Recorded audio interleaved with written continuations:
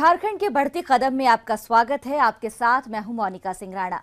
झारखंड निवेश के अनुकूल वातावरण के साथ तैयार है। युवा उद्यमियों को आकर्षित करने के लिए स्टार्टअप के तहत 50 करोड़ का प्रावधान किया गया है, जिसे बढ़ाकर 250 करोड़ किया जाएगा। साथ ही झारखंड में इनोवेशन और इंक्यूबेशन सेंटर भी स्थापित किए जाएंगे। मुख्यमंत्री रघुवर दास का कहना है कि झारखंड में निवेश करने वालों को हर संभव सहयोग किया जाएगा। निवेश को बढ़ाने के साथ ही रघुवर सरकार केंद्रीय सहायता प्राप्त करने में भी जुटी है। इसके तहत मुख्यमंत्री ने कई केंद्रीय मंत्रियों से मुलाकात की और विकास योजनाओं में सहयोग मांगा। उद्योग और निवेश को बढ़ावा देने के साथ ही सरकार पर्यावरण संरक्षण को लेकर भी गंभीर है।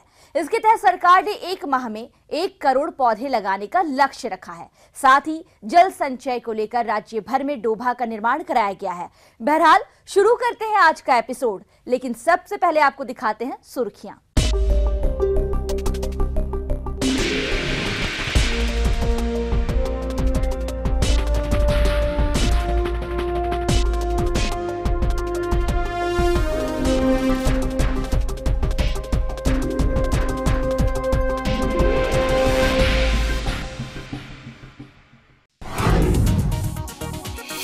झारखंड सरकार के प्रयासों को युवा उद्यमियों ने सराहा है और स्टार्टअप के तहत झारखंड में निवेश की इच्छा जताई है। बेंगलुरु में युवा उद्यमियों ने सरकार के सामने निवेश के कई प्रस्ताव भी रखे।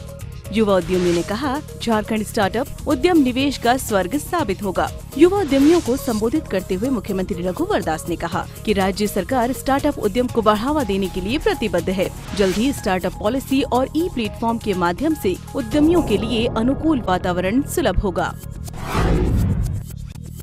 मुख्यमंत्री रघुवर दास ने कहा है कि झारखंड सरकार राज्य के विकास और सुशासन के लिए लगातार काम कर रही है। हमें मिलकर झारखंड को सशक्त, स्वावलंबी और समृद्ध बनाना है। गिरिडीह में आयोजित गरीब कल्याण मेला में लोगों को संबोधित करते हुए सीएम ने कहा कि वे राज्य के विकास के लिए कृत संकल्पित हैं। जन सहयोग के माध्यम से वे बेहतर झारखंड का निर्माण करेंगे। गिरिडीह जिला प्रशासन द्वारा संचालित दिशा कार्यक्रम की सराहना करते हुए मुख्यमंत्री ने कहा कि IT के माध्यम से शिक्षा के क्षेत्र में व्यापक सुधार किए जा सकते हैं। आपको बता दें कि गरीब कल्याण मेला में सीएम ने 444.88 करोड़ की लागत से 145 योजनाओं का उद्घाटन और शिलान्यास किया। श्रावणी मेला के दौरान दुमका से देवघर तक कहीं भी टोल टैक्स नहीं लगेगा। मुख्यमंत्री रघुवर दास के आदेश के बाद टोल टैक्स को स्थगित कर दिया गया है। आपको बता दें कि श्रावणी मेला के दौरान छोटे बड़े वाहनों की संख्या काफी बढ़ जाती है। टोल टैक्स होने से रोड जाम की आशंका बनी रहती है। ट्रैफिक जाम होने से आने जाने वाले श्रद्धालुओं को काफी परेशानी का सामना करना पड़ता है। लिहाजा सरकार ने श्रावणी मेला के दौरान दुमका से देवघर तक टोल टैक्स नहीं लगाने का फैसला लिया है। शिक्षा मंत्री नीरा यादव ने कहा है कि सभी अभिभावक अपने अपने बच्चों के नाम पर पौधा लगाएं। स्कूली बच्चे भी विद्यालय और सार्वजनिक स्थानों पर पौधा लगाएं ताकि झारखंड की हरियाली बची रहे। कोडरमा में वन महोत्सव में शिरकत करते हुए मंत्री नीरा यादव ने पर्यावरण संरक्षण को लेकर लोगों से जागरूक होने की अपील की। कार्यक्रम के दौरान सूचना एवं जनसंपर्क विभाग द्वारा प्रकाशित पुस्तक का विमोचन भी किया गया। इस दौरान कोडरमा उपायुक्त ने कहा कि वृक्षारोपण एक परंपरा है, इससे संस्कृति की पहचान होती है। समाज कल्याण मंत्री लुइस मरांडी ने कहा कि बच्चों के समान ही पौधों की भी देखभाल करें। बच्चे समाज का भविष्य हैं और पौधे धरती का। रांची के चोरिया टोली आंगनबाड़ी केंद्र में पौधारोपण कार्यक्रम की शुरुआत करते हुए उन्होंने कहा कि पर्यावरण की सुरक्षा के लिए जरूरी है कि अधिक से अधिक पौधे लगाए जाएं। आंगनबाड़ी केंद्रों के माध्यम से राज्य भर में पौधे लगाने से अच्छा संदेश जाएगा। पौधारोपण कार्यक्रम के दौरान विभागीय मंत्री ने रांची के चोरिया टोली आंगनबाड़ी केंद्र को मॉडल आंगनबाड़ी केंद्र का दर्जा देने की बात कही। ग्रामीण विकास मंत्री नीलकंठ सिंह मुंडा ने कहा कि 30 सूत्री कार्यक्रम के माध्यम से सरकारी योजनाओं को तीव्रता के साथ लागू किया जा सकता है। गिरिडीह में 20 सूत्री कार्यक्रम कार्यान्वयन समिति की बैठक में बोलते हुए उन्होंने इंदिरा आवास के निर्माण में तेजी लाने का निर्देश दिया। साथ ही अवैध खनन की रोकथाम और नदी नालों में औद्योगिक कचरा बहाए जाने पर रोक लगाने को कहा। बैठक के दौरान मंत्री नीलकंठ सिंह मुंडा ने सामाजिक सुरक्षा योजना के तहत पेंशन की जानकारी ली और सड़क निर्माण में लंबित योजनाओं को पूरा करने का निर्देश दिया। राजमहल विधायक अनंत कुमार ओझा ने कहा कि रघुवर सरकार युवाओं की ऊर्जा को सकारात्मक दिशा प्रदान कर रही है। साहित्य, कला, संस्कृति और खेलकूद के क्षेत्र में युवाओं को प्रोत्साहित करने के लिए प्रखंड और जिला स्तर पर कमल क्लब का गठन किया जा रहा है। साहिबगंज में कमल क्लब से संबंधित प्रशिक्षण कार्यक्रम में बोलते हुए विधायक अनंत ओझा ने कहा कि झारखंड में प्रतिभाओं की कोई कमी नहीं है। कला, साहित्य और खेलकूद में यहाँ के युवाओं ने राष्ट्रीय और अंतर्राष्ट्रीय स्तर पर अपनी पहचान बनाई है। कमल क्लब की स्थापना से युवाओं को निखारने का मौका मिलेगा। सूचना एवं जनसंपर्क विभाग के निदेशक अवधेश कुमार पांडे ने कहा है कि आने वाले दिनों में मलुटी में सूचना एवं जनसंपर्क विभाग का एक स्थायी सूचना केंद्र खोला जाएगा। इस केंद्र के माध्यम से आने वाले पर्यटकों को संताल परगना सहित पूरे राज्य के ऐतिहासिक धरोहरों और पर्यटन केंद्रों के बारे में जानकारी दी जाएगी। उन्होंने बताया कि मलुटी ग्राम में टेराकोटा मंदिरों का जीर्णोद्धार का कार्य प्रगति पर है। पर्यटन केंद्र के रूप में समग्र विकास के लिए आधारभूत संरचनाओं का विकास किया जा रहा है। भू अर्जन निदेशक राजीव रंजन ने कहा है कि सरकार ने लैंड रिकॉर्ड को ऑनलाइन कर दिया है। इसके माध्यम से जमीन का लगान और म्यूटेशन की रसीद ऑनलाइन कटाई जा सकती है। प्रोजेक्ट भवन में NIC, ZAP IT और राज्य के सभी अंचल अधिकारियों के साथ समीक्षा बैठक करते हुए उन्होंने कहा कि अवैध जमाबंदी की सूची तैयार करें और डाटा के मिलान का काम 1 सप्ताह के अंदर पूरा करें। इसके लिए जितने भी कंप्यूटर ऑपरेटरों की जरूरत है उसकी भर्ती करें और समय पर काम पूरा करें। पर्यावरण संरक्षण को लेकर रघुवर सरकार गंभीर है। इसके तहत राज्य भर में 1 माह में 1 करोड़ पौधे लगाने का लक्ष्य रखा गया है। इसी क्रम में पूर्वी सिंहभूम में 1 घंटे में 1,79,406 पौधे लगाए गए। अकेले जमशेदपुर के थीम पार्क में 26,395 पौधे लगाए गए। 1 घंटे 1 लाख पेड़ नामक इस सामूहिक मुहिम में वन विभाग, civil defence, red cross, ZAP और जिला पुलिस के जवानों के साथ साथ छात्र छात्राओं ने भी हिस्सा लिया। इस पूरे अभियान में बच्चों से लेकर बुजुर्गों तक ने उत्साह के साथ भाग लिया। फिलहाल वक्त एक छोटे से ब्रेक का। ब्रेक के बाद आपको बताएंगे कि झारखंड में स्टार्टअप के तहत कौन कौन से कदम उठाए जा रहे हैं।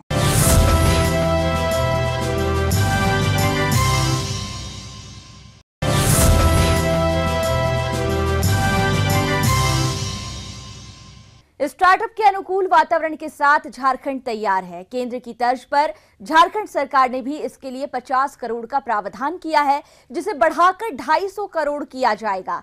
झारखंड में स्टार्टअप को बढ़ावा देने के लिए इनोवेशन और इंक्यूबेशन सेंटर स्थापित किए जा रहे हैं। 10 करोड़ के कॉर्पस फंड के साथ इसकी शुरुआत की जा रही है।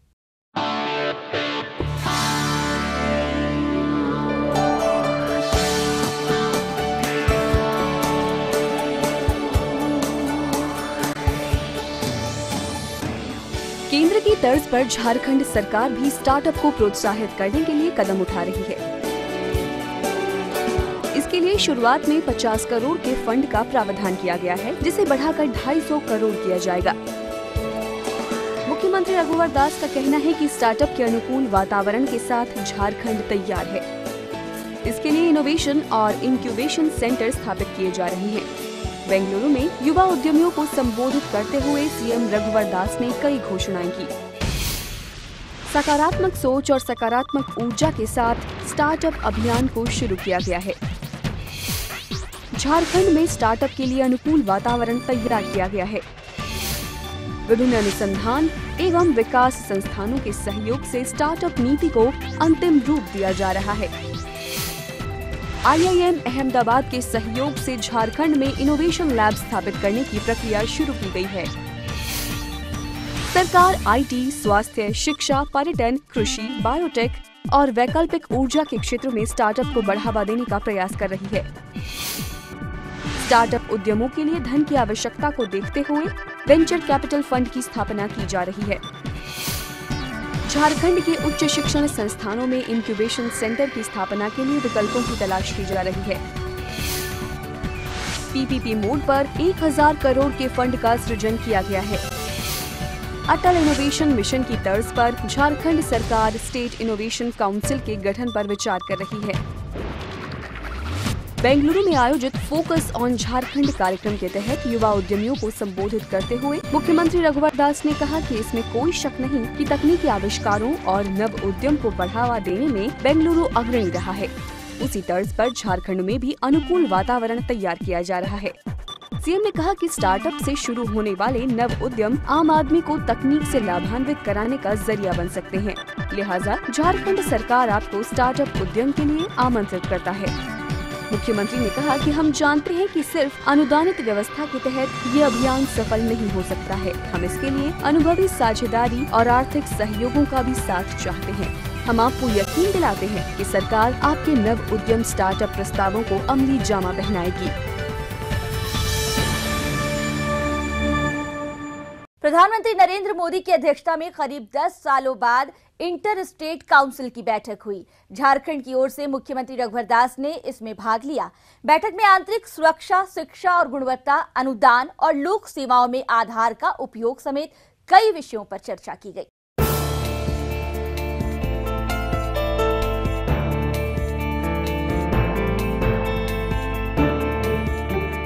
नई दिल्ली स्थित राष्ट्रपति भवन में इंटर स्टेट काउंसिल की बैठक हुई।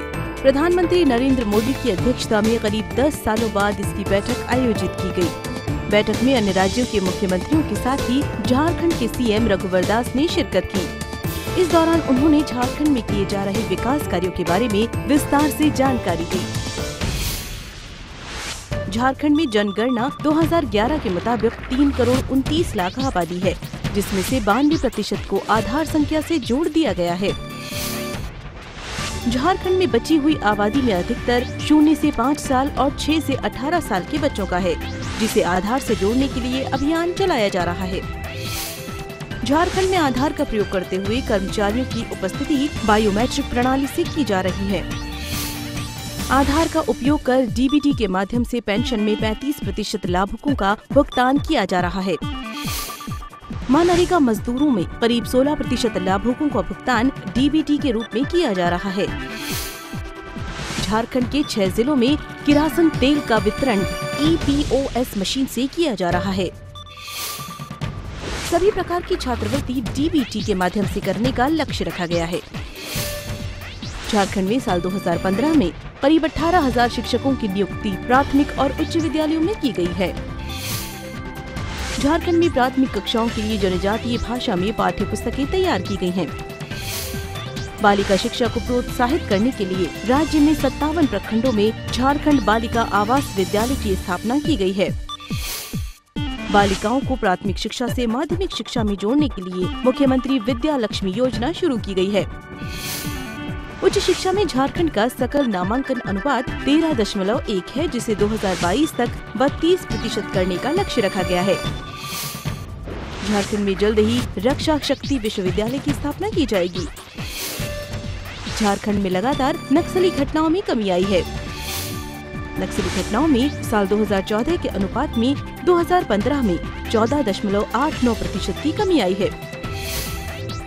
वर्तमान वर्ष के जून महीने तक 37.64% नक्सली घटनाओं में कमी आई है। पुलिस पुनर्गठन के क्रम में विभिन्न थानों और ओपी की संख्या 431 से बढ़ाकर 606 हो गई है। पुलिस विभाग में 33% पदों को महिलाओं के लिए आरक्षित किया गया है। पिछड़ी आदिम जनजातियों को मुख्य धारा से जोड़ने के लिए 2 विशिष्ट इंडियन रिजर्व बटालियन आदिम जनजाति का गठन किया गया है।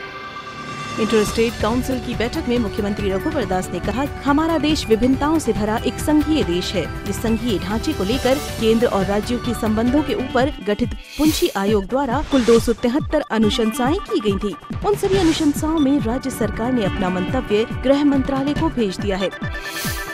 पुंछी आयोग की अनुशंसाएं strong centre and strong state के सिद्धांत पर आधारित हैं। पुंछी आयोग द्वारा अनुशंसित कोऑपरेटिव फेडरलिज्म के द्वारा किए जाने वाले हर प्रयास पर राज्य सरकार की सहमति है। आखिर में सीएम ने कहा कि केंद्र और राज्य सरकार के समन्वित प्रयास से देश प्रगति के पथ पर तेजी से आगे बढ़ेगा। फिलहाल वक्त है एक छोटे से ब्रेक का। ब्रेक के बाद आपको बताएंगे कि केंद्रीय मंत्रियों से मुलाकात के दौरान मुख्यमंत्री रघुवर दास ने कौन कौन सी मांगे रखी।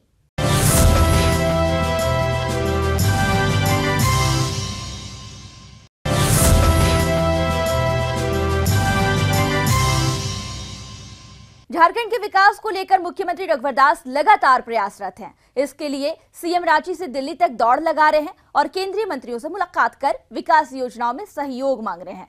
दिल्ली में आयोजित इंटर स्टेट काउंसिल की बैठक में मुख्यमंत्री ने कई केंद्रीय मंत्रियों से मुलाकात की, झारखंड के विकास में मदद मांगी।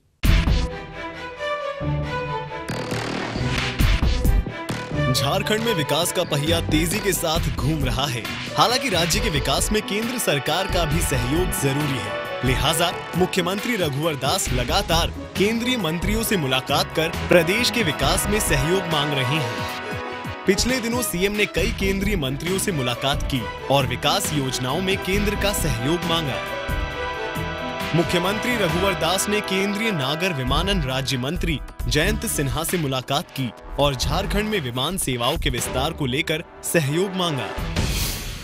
रांची से लखनऊ, हैदराबाद, वाराणसी, रायपुर, जयपुर, अहमदाबाद, चेन्नई और पुणे के लिए हवाई संपर्क सुगम किया जाए। रांची और दिल्ली के बीच सुबह की विमान सेवा शुरू की जाए। रांची एयरपोर्ट पर रात में विमान खड़े करने की सुविधा बढ़ाई जाए, जिससे सुबह की विमान सेवा प्रारंभ की जा सके। रांची एयरपोर्ट पर अंतर्राष्ट्रीय मानकों के अनुसार आवश्यक सुविधाएं बढ़ाई जाए, जिससे रांची एयरपोर्ट से सीधे अंतर्राष्ट्रीय विमान सेवाएं प्रारंभ की जा सके। डाल्टनगंज, हजारीबाग, दुमका और गिरिडीह में अविकसित हवाई पट्टियों को विकसित किया जाए। नई नागर विमानन नीति के तहत धनबाद, बोकारो और जमशेदपुर में एयरपोर्ट बनाया जाए। बोकारो, धनबाद और दुमका हवाई पट्टियों पर रात्रि में विमान सुविधाएं प्रारंभ हो, इसके लिए संसाधन बढ़ाया जाए। रांची से जमशेदपुर, धनबाद और देवघर जैसे छोटे शहरों के लिए छोटी विमान सेवाएं प्रारंभ की जाए। मुख्यमंत्री रघुवर दास से मुलाकात के दौरान नागर विमानन राज्य मंत्री जयंत सिन्हा ने सीएम द्वारा उठाए गए सभी बिंदुओं पर सकारात्मक रुख अपनाया और कहा कि सभी निजी विमान कंपनियों से सर्वेक्षण कराकर समय सीमा के अंदर कार्रवाई की जाएगी। जयंत सिन्हा ने कहा कि प्राथमिकता के आधार पर जमशेदपुर, धनबाद, दुमका और हजारीबाग हवाई परिवहन सेवाओं को विस्तार दिया जाएगा। केंद्रीय नागर विमानन राज्य मंत्री जयंत सिन्हा से मुलाकात के अलावा मुख्यमंत्री रघुवर दास ने केंद्रीय कोयला एवं ऊर्जा राज्य मंत्री पीयूष गोयल और केंद्रीय रेल मंत्री सुरेश प्रभु से भी मुलाकात की। इस दौरान कई बिंदुओं पर बात हुई। डीवीसी द्वारा झारखंड के कई जिलों में 1 जुलाई से 5 घंटे बिजली कटौती की जा रही है, लिहाजा केंद्रीय मंत्री बिजली कटौती समाप्त करने का निर्देश दे। बिजली कटौती की वजह से जनता में असंतोष पनप रहा है और कानून व्यवस्था की स्थिति पर भी बुरा असर पड़ रहा है। डीवीसी आपूर्ति क्षेत्र में आने वाले केंद्रों में पर्याप्त कर्मचारी रहें और रात में निर्बाध रूप से बिजली आपूर्ति सुनिश्चित हो। रेल मंत्री सुरेश प्रभु के साथ बैठक में रेल मंत्रालय और राज्य सरकार के बीच जॉइंट वेंचर कंपनी स्थापित करने पर सहमति बनी। सीएम ने रांची में रेलवे का जोनल ऑफिस बनाने का आग्रह किया। रांची से नई दिल्ली राजधानी एक्सप्रेस, रांची से मुंबई एलटीटी सुपरफास्ट, हटिया से यशवंतपुर, रांची से अलीपुर और हटिया पुणे एक्सप्रेस को प्रतिदिन चलाया जाए। रांची स्टेशन को विश्व स्तरीय बनाया जाए। मुलाकात के दौरान केंद्रीय मंत्रियों ने मुख्यमंत्री रघुवर दास को झारखंड के विकास में हर संभव सहयोग का भरोसा दिलाया। रांची में रेलवे का जोनल ऑफिस बनाए जाने को लेकर केंद्रीय रेल मंत्री ने एक नोडल ऑफिसर नियुक्त करने का भरोसा दिलाया। रेलगाड़ियों को प्रतिदिन किए जाने के सवाल पर केंद्रीय मंत्री ने शीघ्र कार्रवाई का आश्वासन दिया।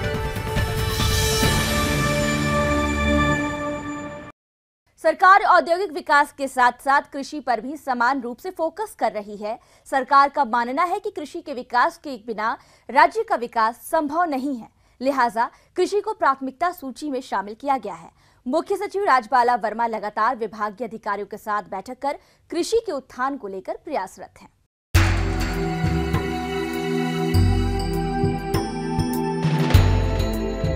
कृषि के विकास के बिना राज्य का विकास संभव नहीं है। कृषि के बल पर ही राज्य को विकास के रास्ते पर आगे ले जाया जा सकता है। लिहाजा झारखंड की रघुवर सरकार ने कृषि को प्राथमिकता सूची में शामिल किया है। झारखंड गठन के बाद पहली बार अलग से कृषि बजट पेश किया गया। इसके लिए अलग से राशि का प्रावधान किया गया।